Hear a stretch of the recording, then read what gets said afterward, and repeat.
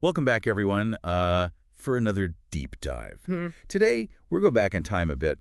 To Valentine's Day 2016, February 14th. Yeah, not exactly a day you'd think of for, well, high-stakes military maneuvers, but that's exactly what we've got. Right. Our source material this time is a recently declassified after-action report detailing an incident over Europe. 6 unidentified aircraft detected entering NATO airspace. Unidentified at the time, of course. Yeah, they turned out to be Russian. We'll get to that. But yeah, Yeah. 6 aircraft, not a small incursion. Definitely not. And the way they went about it, that's the really interesting part. So let's set the scene. It's, like you said, Valentine's Day 2016, 2:47 a.m. local time. Middle of the night. Yeah, pitch black. NATO radar picks up these 6 contacts. They're moving fast, heading deeper and deeper into NATO airspace. Obviously, this triggers an immediate response. Scramble the jets.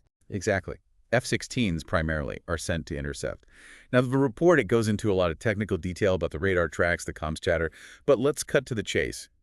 15 minutes after the initial detection, we have our first close encounter. An F-16 pilot manages to get a lock on one of the intruders, a Su-35. The Su-35, for our listeners who aren't, total aviation nerds like us. It's one of Russia's top-of-the-line fighter jets, highly maneuverable, very capable. It's a statement piece. Right. So this F-16 pilot, he's got this Su-35 in his sights, probably thinking he's got the upper hand. Well, But then the Su-35 pilot pulls off something insane, the Cobra of Pugachev. Okay, gotta ask, what in the world is a Cobra of Pugachev? It's a high alpha maneuver. Basically, the pilot pitches the aircraft up, almost vertically, like it's rearing up. The nose is pointing straight up, the plane's practically stalled, but somehow they manage to hold it there for a few seconds before dropping back into level flight. I'm getting some serious Top Gun vibes here. This is like some Maverick kind of stuff, right? It is. And it's not just for show. It's disorienting for the pursuing aircraft. And it allows the Su-35 to quickly bleed off its speed, making it harder to track. So it's like hitting the brakes while doing a handstand. Kinda, yeah. Crazy. Definitely shows the skill of the Russian pilots. Absolutely.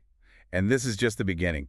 More NATO fighters arrive on scene. Things start getting really tense. Missile warning flares, chaff and countermeasures being deployed.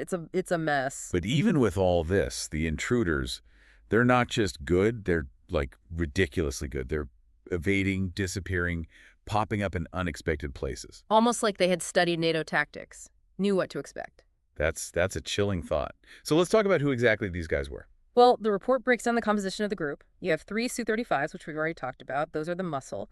Then there are 2 MiG-29s, another very capable fighter. They were likely providing close escort. Okay, so 5 fighters, all very capable in their own right. But there's a 6th aircraft, right? Right. And this is where it gets even more interesting. The 6th aircraft was a Su-24, a tactical bomber with a focus on reconnaissance. So this wasn't a combat mission. No, it was about gathering intel.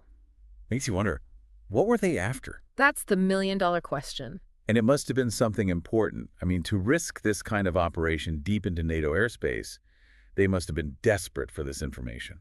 You'd think so, yeah.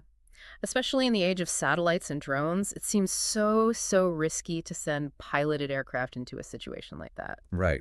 So much could go wrong. And the report doesn't say what they were after specifically. No, but it does say they achieved their objective. And got out. 3:42 a.m., they disappear from NATO radar. Gone. Back to Russia, presumably. Vanished into thin air just like that. Leaving a lot of unanswered questions and a lot of very nervous NATO commanders, I'd imagine. Yeah. I mean, it just makes you think about how quickly things can escalate.